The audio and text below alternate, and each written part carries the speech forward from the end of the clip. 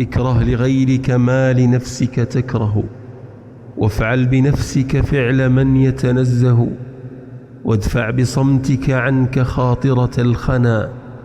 حذر الجواب فإنه بك أشبه، وكل السفيه إلى السفاهة وانتصف بالحلم أو بالصمت ممن يسفه، ودع الفكاهة بالمزاح فإنه يردى ويسخف من به يتفكه، والصمت للمرء الحليم وقاية ينفي بها عن عرضه ما يكره، لا تنس حلمك حين يقرعك الأذى من كل من يجني عليك ويجبه، فلربما صبر الحليم على الأذى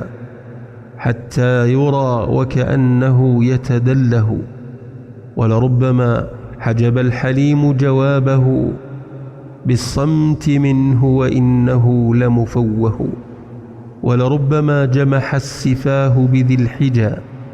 حتى يذلله الدنيء الأسفه، ولربما نسي الوقور وقاره حتى تراه جاهلا يتدهده، ولربما نهنهت عنك ذوي الخنا بالصمت إلا أحجموا وتنهنه، إن الحليم عن الأذى متحجب وعن الخنا متوقر متنزه، والبغي يصرع أهله ويريكهم، وجميعهم من صرعه يتأوه، إن الزمان لأهله لمؤدب بصروفه وميقظ ومنبه، أفقهت عن عبر الزمان صفاتها، هيهات لست أراك عنها تفقه، ولقد أراك تعبت في طلب الغنى شرها وليس يناله من يشره،